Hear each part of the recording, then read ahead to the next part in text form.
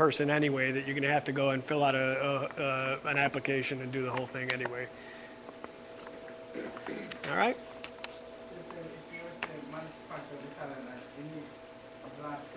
Italian ice, no. Italian ice, you don't have to worry about the ice crystals building up. You can go straight into the freezer.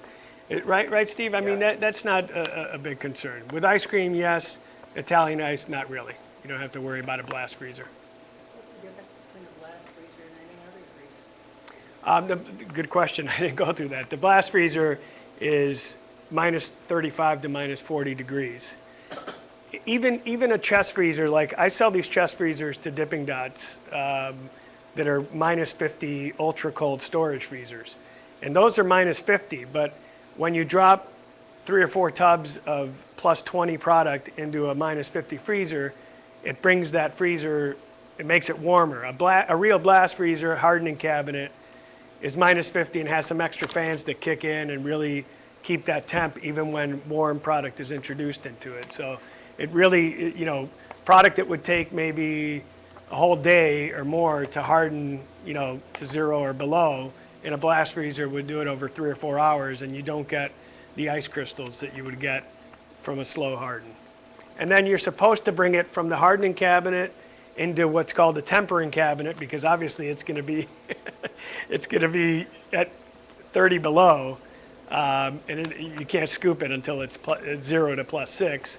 So in theory, you go from the batch freezer to the blast freezer hardening cabinet, from there into a tempering cabinet to bring it back to 0, and then into the dipping cabinet. And if you're not moving, it depends on the volume you're moving, if you need the tempering cabinet or not, because you can always go from the blast freezer to the bottom of the dipping cabinet. If you have a bunch of dipping cabinets, you can just use the storage underneath and dipping cabinets as the tempering cabinet, because it's going to be there for a little bit.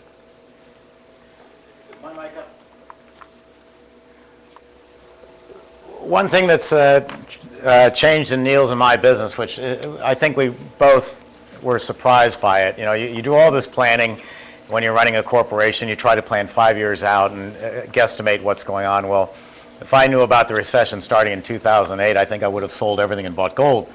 But you know, we didn't see this recession coming, but Neil and I have reacted to it, and it's really been very gratifying, because so many people, you know, the government calls it a downturn, or a recession, or I call it a depression.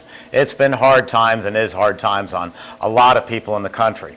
And what we are seeing is we're talking to people who have been downsized, outsourced, fired, let go. You know, every euphemism you can find for not having a job has happened to people, and it happened at all ages.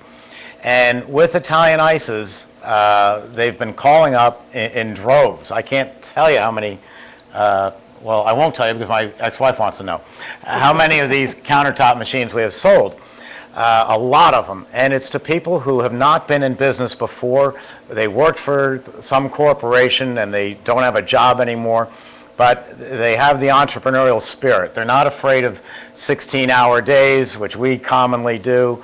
They've got a little bit of money in the bank. The main thing is they're willing to learn. They're tuning in today and they're learning new things. And with my countertop batch freezer and with Neil's good prices on push carts and Italian ice cabinets, we're putting people into business. We have put hundreds of people into their own business, and they're working long hours, they're putting food on the table, and they're making a lot of money. And you say, whoa, this is brand new and exciting. Well, not really. I was just thinking while you were talking. There was a customer of ours, I must have been 15 years old when one of our salesmen put him in business, called Gino's Italian Ices up in Brooklyn. Gino had a little pizza parlor. We sold him an Italian ice machine, and he bought a dipping cabinet. And it made money, so he bought a second dipping cabinet with the profits that he got and put it into a friend of his business. And then that started making money from 2 dipping cabinets, so he bought a third dipping cabinet. Well, today, you know, I can't know his business exactly, but there's got to be 500, 600 of Gino's Italian ice dipping cabinets out throughout Long Island and New Jersey that he's making Italian ices for. He's got about 25 of my biggest machines, and hundreds of these dipping cabinets that he bought one at a time. As the profits came in, let's expand, let's buy another one. And the guy is just rolling in money, and deservedly so. But just like everybody, Haagen-Dazs began with Reuben Madison, his mother, and an idea. Ben and Jerry started with our machines with an idea. Nobody sets out and says, okay, today I'm going to build a $5 million Blue Bell ice cream plant. They start out here, they start out with an Emery Thompson, they start out with Neil Williams' dipping cabinets and hardening cabinets and push carts, and the business grows. It grows because they have the entrepreneurial spirit. You know, the government is trying its very best to put us entrepreneurs out of business, but it's like the potato chip ad. We'll make more. You know, you try to take all our money, we'll make more. You know, we'll work harder and longer hours, but it's very gratifying. My father's claim to fame back in the 50s and 60s was he took people who barely went through high school, and by working in freestanding ice cream parlors, put their kids through college. They got their masters, their PhDs, they're becoming doctors, and they're proud of their parents. Well, I guess our so-called legacy is in really bad recessionary times, we got people back working again, and we're doing a pretty good job of it. And Neil's prices are really terrific. So I'm glad you're able to come down and help. There was one more thing I wanted to add. Speaking of investment and trying to keep it as limited as possible, you know, we sell carts. Sometimes when you go to the health department, they're going to tell you, you know, you have to have a hand washing sink, or you have to have this, or you have to have that. You know, you want to be clear with them that if you're doing Italian ice, you tell them, I'm doing Italian ice, it's a water-based product, it's not dairy, and you want to tell them that you're going to be doing it on a temporary basis, because that's the easiest permit to get, that you're not going to be in one location. A lot of times they'll try and treat you like a restaurant and have all these regulations on you. If you tell them that you're going to be in one spot, they want to treat you like a restaurant, and you know, that's a lot to deal with. We sell carts that have sinks and have dip wells, but if you're trying to limit your investment, there's a way to get not around the requirement, but even some health departments have told us, look, this meets the requirement. And if you go to turnkeyparlor.com, we have a blog. On the top left, you'll see a blog link. And on that blog, I've got an article that talks about meeting the hand washing requirement. It's a Coleman little propane hot water heater that's got a spigot with a jug. And then you put a 5-gallon catch bucket under it, and it's like $300 versus a sink through. When you add a sink to the cart, it's got a hot water heater, it's got a pump, it's a serious thing. It's a $2,500 piece. That's like you get at a camping store? It's Yeah, like at Walmart, eBay, Amazon, you can buy them online. You'll see a link on the blog as to where you can get it, a picture of it. But that's a good way to meet the. Sometimes they won't hit you with, if you're doing Italian ice, they won't hit you with the hand washing requirement, but sometimes they will, and that's an inexpensive way to meet that. I didn't know that. It's like I knew a guy in New York who didn't have a stationary location. He was 57th and Madison. Hey, you want a Rolex watch? Thank you very much. I appreciate it. That was great. All right. Now we're Thank you. going to continue to wash out this blue ice. Oy. And go on to, what are we making next? Coconut pineapple sorbet. Again, sorbet is Italian ice with a fancy French name. So let me get just one more rinse through here.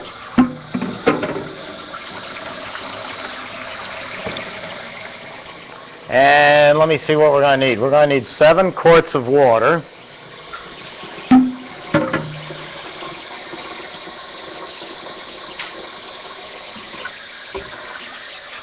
Now, since the barrel is horizontal, it doesn't matter how much water I put in here.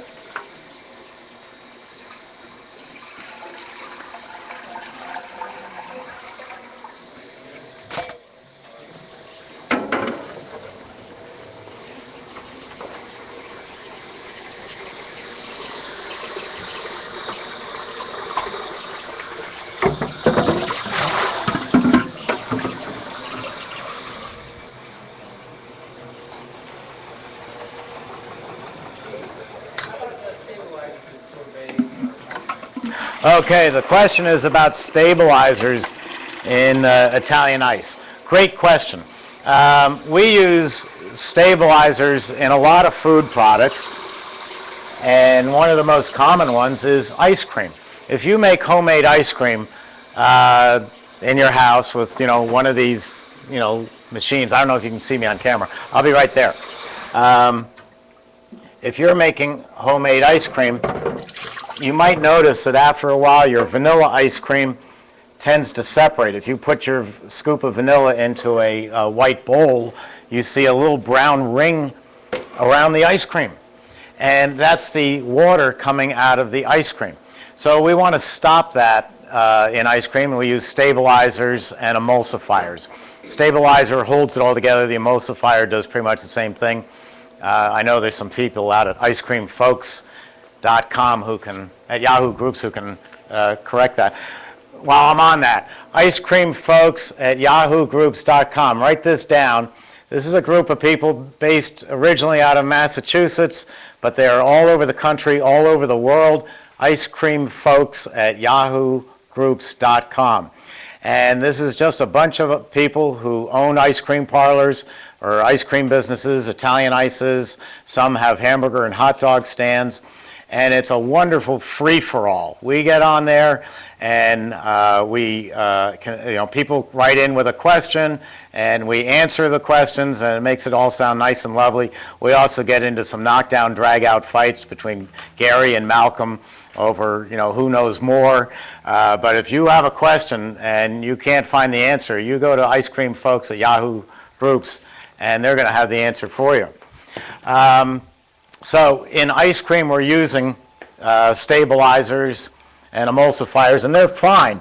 But when you get into sugar water, which is sorbet and ice cream, those same stabilizers that we use in ice cream show up, and they show up as a very sticky, gummy product. If you've had someone's commercial ice and it's kind of crummy quality, it's almost sticky and pulley and just not very good.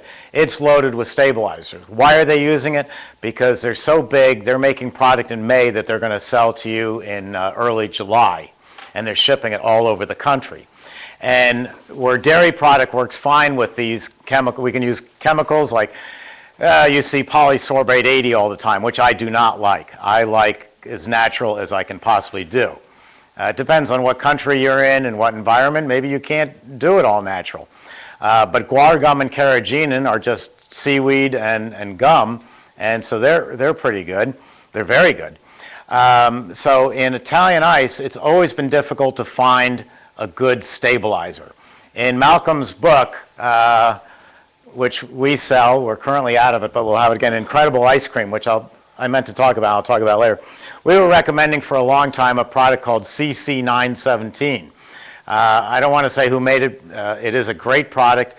Until I was reading Yachting Magazine once at the doctor's office, and I'm reading through it, and it says, I was off the coast of Antarctica and my mainsail ripped. So I pulled out my CC917 and repaired the sail. Ugh. It not only is a stabilizer in Italian ice, it repairs torn mainsails. So I had my doubts about that. So we have found a stabilizer. Malcolm Stogo and Malcolm found it. He gets the credit. He owns Ice Cream University. And it's made by Main Street Ingredients. And this is one of them. I'll read the number in a second. It's Main Street Ingredients, and they are in La Crosse, Lacrosse, La Crosse, Wisconsin.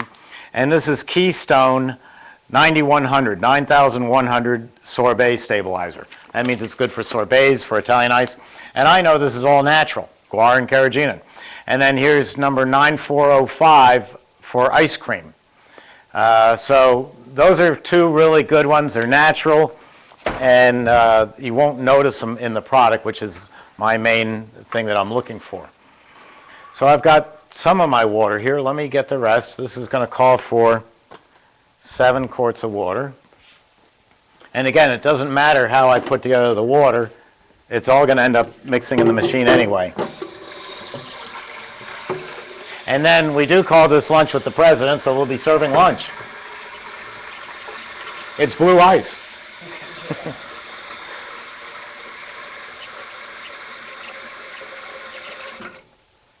Okay.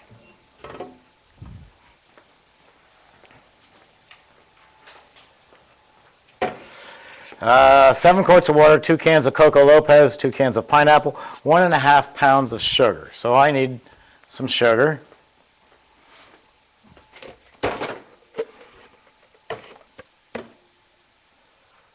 Tear that down, and again, just plain old, cheapest I can find sugar.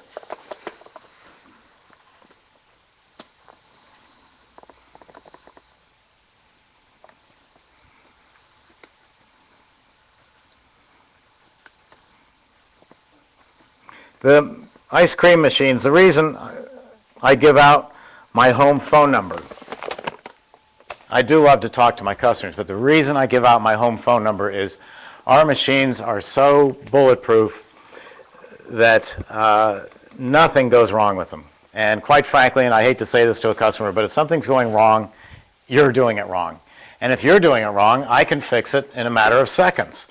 So where other companies say, oh, we've got this great service network, we'll be out on, it's Saturday night, 8 o'clock. I'm going to give you an example. Saturday night, 8 o'clock, and your tailor, your Cappigiani is causing trouble. Well, on Monday morning, you can get hold of them. Or you can leave a message on Saturday night, but there's no one there to get it. And they say, fine, we'll be out there Tuesday morning. Well, that sounds pretty good. This is Saturday. I'm only going to be down until Tuesday afternoon. Not bad.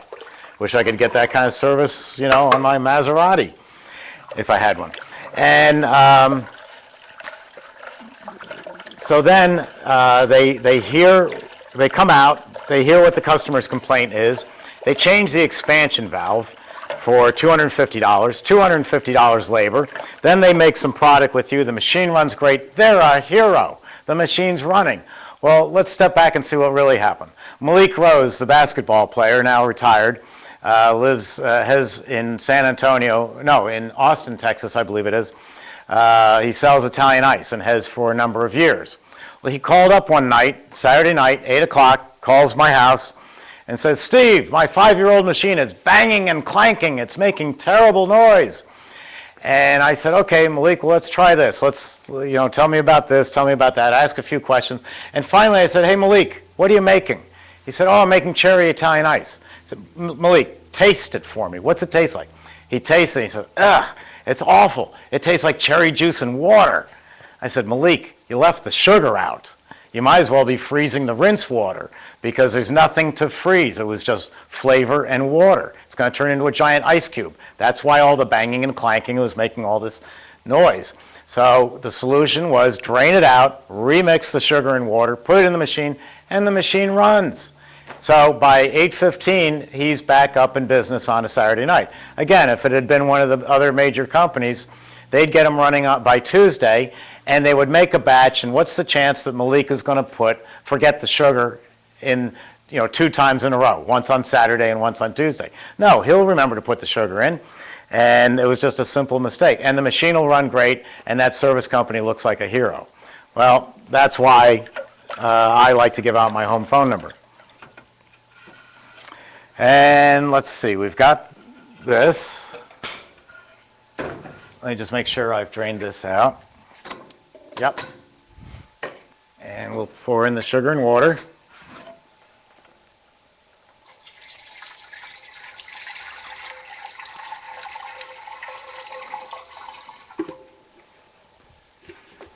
I found a secret way to make sure everybody leaves here happy today at the end of the day. I snuck in at the very last minute some Bordeaux wine sorbet is the last thing we're going to make. So I know you'll all be happy. Yeah. Honest, Ossifer, I was only making ice cream. Okay, there's that. Now we need the Coco Lopez.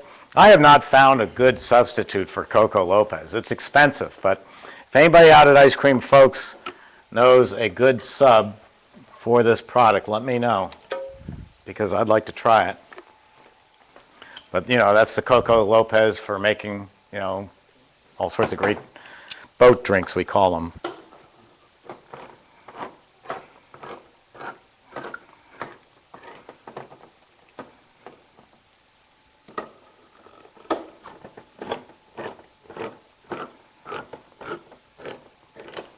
I really need to develop either a French or an Italian accent so I can really make it sound more interesting what I'm doing instead of a gravelly New Yorker. All right. I'm going to just turn this on to mix it up a bit. Whoa! And it goes.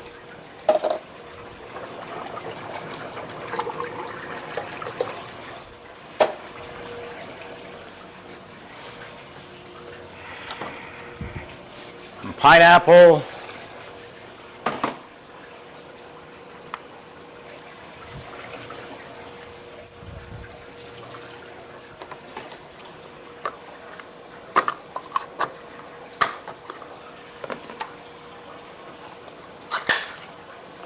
Some of these recipes you'll see, it'll say courtesy of Malcolm Stogo.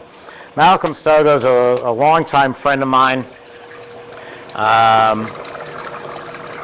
He started off in an ice cream parlor in Manhattan, and over the years has become, the world's most premier ice cream consultant, and really just does great stuff. And he's written about 3 or 4 books, and then he wrote this one, Incredible Ice Cream, which is actually a compilation of his other books.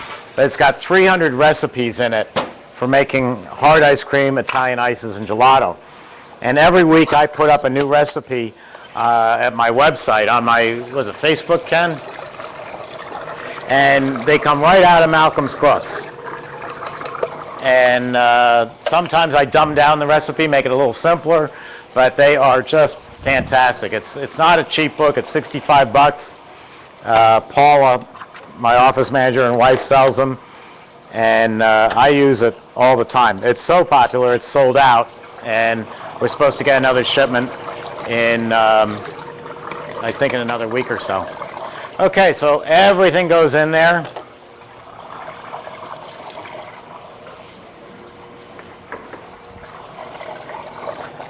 Down it goes, turn on the refrigeration, and we're in business.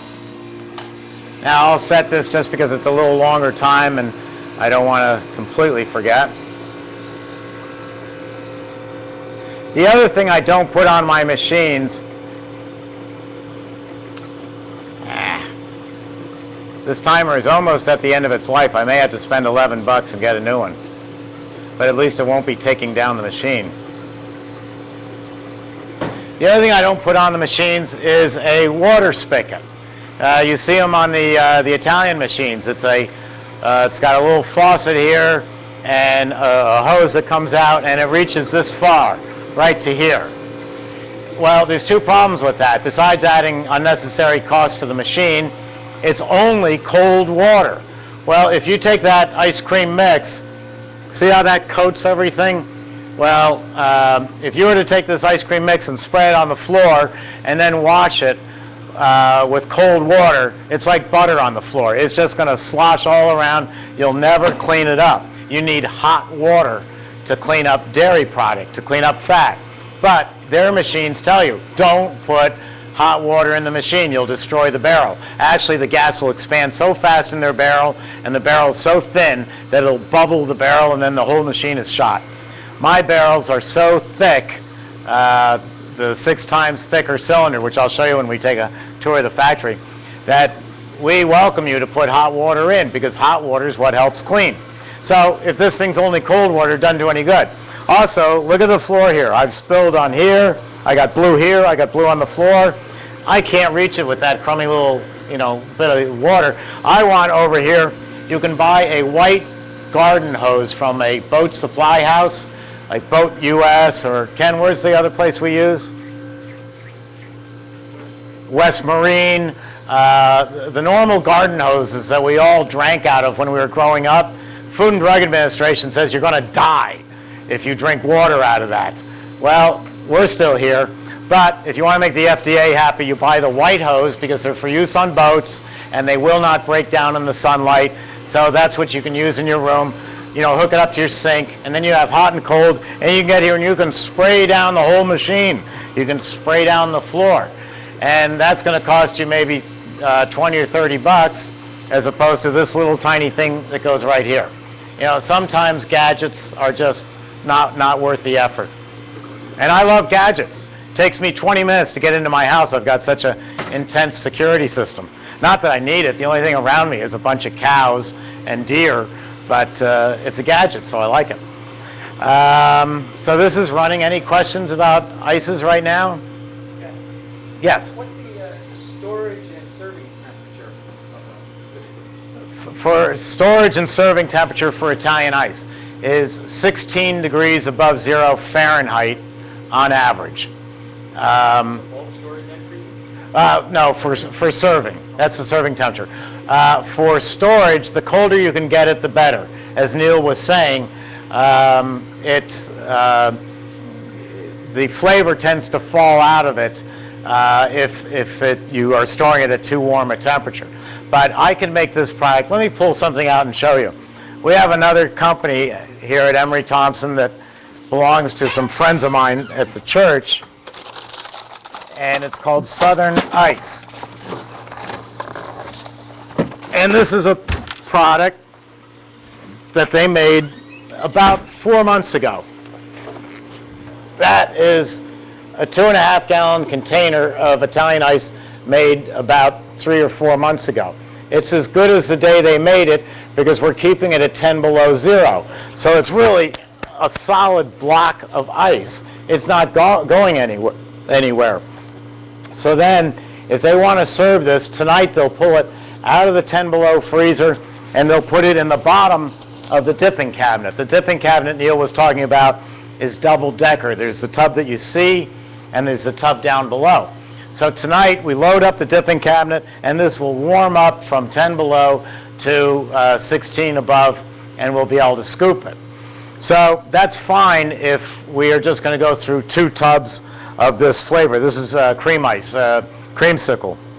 And it's fine if you're just going to go through 2 tubs. If you're going to go through 5 or 6 tubs, then you get a separate dipping cabinet, because now you're making money if you're going through 6 tubs. You buy a second dipping cabinet set at 16 degrees, and it's what we call tempering the product. We're bringing the temperature back up. Actually, we won't take it to 16. We'll take it to maybe 10 or thereabouts, because we loaded up our dipping cabinet last night, and it's all warmed up to 16. So here's the top tub. We're scooping from that. It's 2 in the afternoon. We now bring up the second one, and we're scooping from that.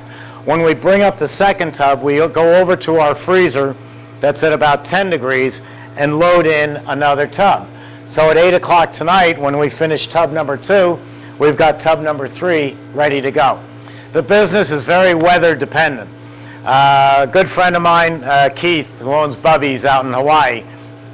Keith is from Long Island City, and his mother was in Long Island City, and when we were in the Bronx and Keith was in Hawaii, Keith would call me up 6:30 in the morning his time, 11:30 or so my time, and or even later, and he'd say, "So Steve, I'm looking at the weather and I see you're having freezing rain today. Gee, we're having 85 degrees and I'm going surfing this afternoon." Keith was just calling to rub it in. But also Keith is in the ices and ice cream business, and the real moral behind what he was doing is he was getting up at 6 in the morning, he was making a pot of coffee, and he's getting on the phone to harass me. But at the same time, he's just turned on the Weather Channel to see what the weather's going to be in Ahia, Hawaii today. And so that tells him, oh, it's going to be nice and sunny today and it's going to be beautiful tomorrow. We're going to need 6 tubs of cream ice today, so I better get down to the factory and get them out. He's planning his inventory dependent on the weather. Ice cream, you do it to a lesser degree, but Italian ice is so weather dependent. If it's raining out, you're not going to sell much Italian ice.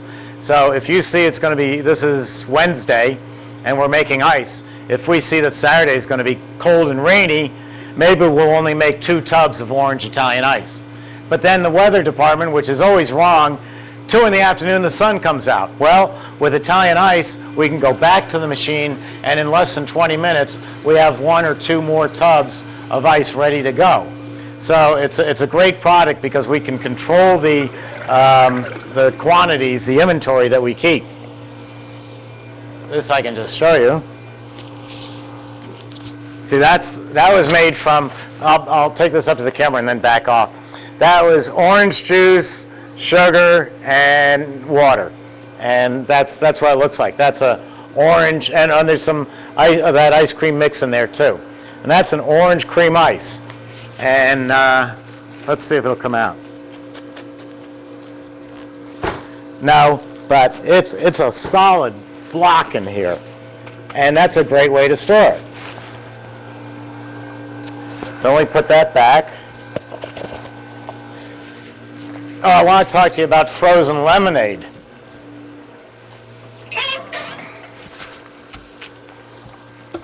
Frozen lemonade is my Italian ice formula pulled out of the machine a little sooner. I had a big contract with Universal Studios 10 years ago to set them up in frozen lemonade. And they just called me back this spring. After 10 years, they finally had to do a bit of minor maintenance on the machines.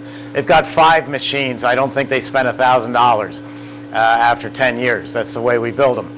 And they're running these machines 2 8-hour shifts virtually every day, making frozen lemonade. Frozen lemonade is Italian ice, but pulled softer out of the machine. We scoop Italian ice, and that's what we call it. This is the way we do it in New York. This is called a squeeze cup. And if you ask your paper supplier for squeeze cups, he's going to look at you like a deer in the headlights. The proper name for it is a pleated, like a lady's dress, a pleated water cup. And what we do is we put 4 ounces of Italian ice that's falling off this cup, and we squeeze it and eat it like that. It's a lot of fun. That's the New York way of eating Italian ice. When I do trade shows, I can tell where people are from, because if I hand them this and they start eating it, they're a New Yorker. If I hand them this and they ask for a spoon, they're from Southern California. At least they know it's Italian ice, they just don't know how to eat it. But that's Italian ice. Now, we do the same product at the big amusement parks and call it frozen lemonade. Same formula, pulling it out of the machine a little softer and putting it into a 16-ounce cup. So 16 ounces of this, it's going to cost them at worst 16 cents, and they're selling it for about $2.50, $3. And they're putting a spoon in that, and so you're walking and eating this product. I love meeting people smarter than me, better at marketing, and Universal Studios is one of them. I went back to check on their product 10 years ago, and I tasted it, and I looked at the guy and said, all right, who put citric acid in my lemon ice formula? And he goes, you know, it was the suits upstairs. It was their idea. Why would they do that? Why did they take my formula, which took me months to perfect? Actually, it took me 2 minutes, but how are you going to charge someone millions of dollars for something that took 2 minutes? And I said, it took months to perfect, and you've ruined it. He said, well, come with me, we'll show you. So we go out to the park, and we watch a family. They all get some Italian ice. Citric acid, remember I said it makes your throat close, and it makes you thirsty. It's a horrible product. And so they buy the Italian ice. And they're walking, the frozen lemonade, they're walking and they're eating it, and they're walking along and they're eating it, and they run out. Well, when they run out, they're thirsty because of the citric acid. But they timed the steps and how far that family was going to walk, because what are we in front of? Pepsi and Budweiser. It was ingenious. So now you're thirsty from eating this product, and you buy a Pepsi and a Budweiser. It's just great. But that's a product that you can also sell. It will complement your Italian ice. It won't compete with it. And you're getting just as much money, and people like the big portion. The clear cup is a great idea because it's a pure white product with little specks of lemon in it. It's got some nice, as they call, curb appeal. Let me just see how this is doing. Okay. This has got some time to go, but let me just show you. Whoops. I made a little mess of that. But that's a frozen lemonade, or a frozen whatever flavor you want to call it. And again, if you've got kids, or if you are selling to families with kids, and you give this to a child who's tired and cranky, and they sit there and they eat that, that's good. That's going to refresh them so that that $60 you paid to get into the amusement park isn't all blown by 2 in the afternoon. You know, you got there at 10 and they all want to go home at 2. So that's a great way to serve that product. And you can do that with any flavor you want. You might notice today that except for the blue ice, just about everything I'm using, I bought at the supermarket. And I do that on purpose. I told you how there's all these different companies that can sell you any flavors, any nuts, anything you want. But just to show you how simple it is to make ices and ice cream, I bought most everything from the supermarket so that you know that you can just go down there and invent a flavor. We're going to have a product after lunch called Absolutely Nuts. And it's mainly going to be an ice cream with Planters mixed nuts. I did ask Paula to make sure that there's no peanuts in it. You know, when I was growing up, there was no such thing as a peanut allergy. I'm sure there was, but we never heard about it. Now, JetBlue won't even give you peanuts on the plane. So, you know, everybody's conscious of it. But we're going to make that shortly after lunch.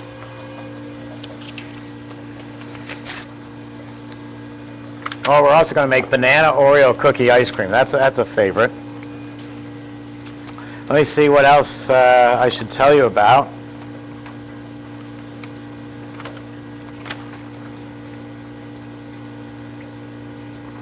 I told you that the lifespan of our machine, or if I didn't, is 40 to 45 years. That's why you can't find used Emery Thompsons on the market, because they don't wear out.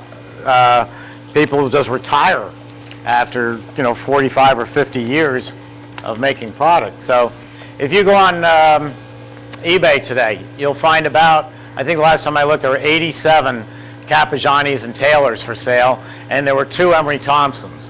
One I know was about 50 years old, and the other was about 35 years old. The 50-year-old one, I've had to change what I talk about over the years because the audience gets younger and I don't. I used to describe the old machines as being a table with I said it used to look like an iron lung machine. And everybody in the audience would nod. They go, oh yeah, I know what that is.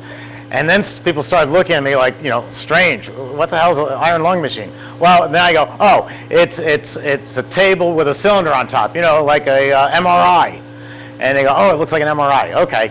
And that's how I would describe it. But we only make changes on the machine, like the infinite overrun control. We're bringing out a new machine if it's going to improve the quality. The machines I'm building today are better quality than what my father was building. Not because he was making a lesser quality, but there weren't the welding techniques that there are today. There weren't the materials available. This is something he never had. This is cast stainless steel. There's 25 hours of machining in just that cover alone. But 50, 80 years from now, that cover is going to look just like it does today. And I better get some tubs over here. Question. Yes. About the tubs, where do you get the tubs? Okay, where do you get the tubs? Let me take this out and then I'll answer it while we're giving out product. Product's ready. We're going to turn off the refrigeration. Now watch. Everybody else's machine on the market, this would take about 3 minutes to get the product out because the openings are so small. Anybody want to time that? I'm pretty sure it's going to be under 30 seconds. And that's it. The next size up is the identical machine with a bigger cylinder. It makes 2 tubs at a time. These are 3-gallon tubs. There's a number of places that make them. Plastic Can is one of them, and they're listed on my website. If you go to the opening page, it says key suppliers, and a lot of the companies that I use are listed there. And that's one company, Plastic Can out of Massachusetts. There are others. Let me see where this is from. This is called Quality Pack. Oh, Ropak, R-O-P-A-K. And these come 2.5 and 3 gallon. You always hear people talking, oh, is it 2.5 or is it 3? The way it came about, or what it's about, is back in, say, the 20s, 30s, 40s, everything was homemade ice cream. And then the commercial machines came along, which are a long, narrow tube that produce about 1,000 gallons an hour. That's how your Haagen-Dazs and Ben & Jerry are made today. And they needed to have an advertising way of selling their ice cream to beat you homemade people. So what they said was, the homemade people are selling in 2.5-gallon tubs. For the same price, we'll give you a 3-gallon tub. We're giving you a half-gallon more ice cream at no extra charge.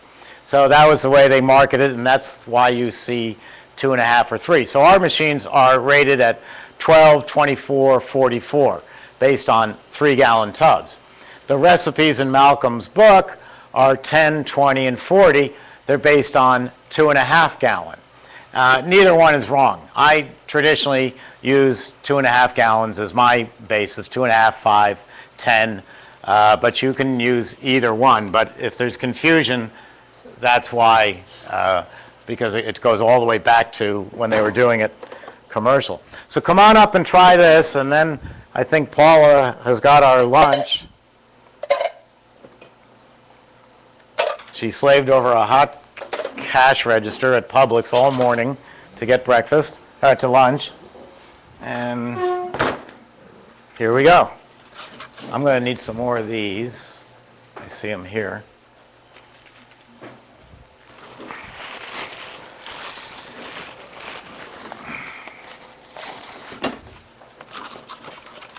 I don't see you all rushing up. Are you getting tired of eating? Okay, now I need my, there it is. Excuse me while I get my pistachio spatula.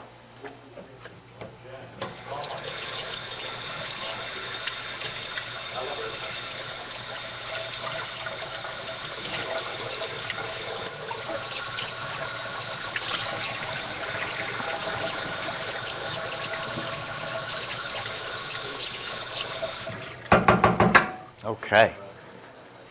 Now this, if you step outside, it's probably about 90 degrees out now, and this is a very refreshing product. Spoons are here.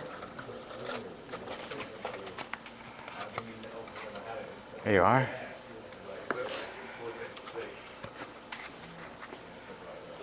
There you go. You can see the pieces of pineapple in here.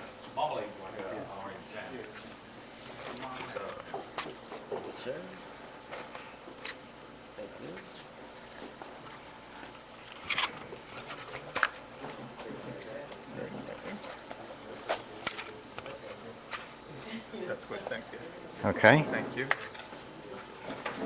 How's this taste? This is a Thompson special. Yes. This is ice Italian. This is Italian ice. What's the availability of fresh lemon juice? Oh, Cost unavailable. it's very simple to get. Instead of buying them at the supermarket for $4 you're buying them from a wholesale fruit supplier, and you're buying them by the case. This is the question was how to get lemons. And all fruit, just so you'll know, so you can talk the lingo, fruit is sold by the size. So if you go to buy this, you'd be asking for, I would guess, that you'd be buying a 90 lemon. That would mean that there's 90 of these to a case. I used to buy grapefruit at the wholesale market, and I would buy pink Indian River 32s. That would mean that there are 32 grapefruit to a case. And so instead of paying $3 or $4, $3 or $4 for $1, you're going to pay pennies for these. And it makes a big difference on lemon ice. So it's not already juice. You generally buy the lemon as a fruit. Oh, okay. That's a good question. The question was, can you buy the lemon juice already juiced? And in a lot of places around the United States, you can, because lemon juice is being used by bakeries to make different products. I forgot all about that. You can buy a 5-gallon pail of refrigerated lemon juice. It's got the pulp in it and everything, so all you have to do is ladle out your 2 quarts, put it in the machine, put your bucket of lemon juice back in the refrigerator, and you're good to go. So you're not squeezing lemons all day long. How's the taste on that? Is that Is one flavor more predominant than the other, or is it, I guess the pineapple would be. How many pounds on this machine? I'm sorry? The weight of the machine? That machine crated is 300 pounds. 300 pounds? And it's very refreshing. So we're going to take a break for lunch because I did promise you lunch. And then we're going to come back. Let's see what's next. You're free to walk around anywhere you like. You can walk around the factory. They'll all be at lunch. But I'll give you a tour when we're finished. Just don't let Sadie out, Sadie the Golden. And we're going to make banana Oreo cookie ice cream afterwards. That's one of my favorites. And then we'll go from there. So Ken, you want to pot down my, give me 1 second. We'll be back here in about 30 minutes, those of you watching on the internet. And our next flavor is going to be banana Oreo cookie ice cream. I'm going to show you the terms fruit flavor and fruit identity.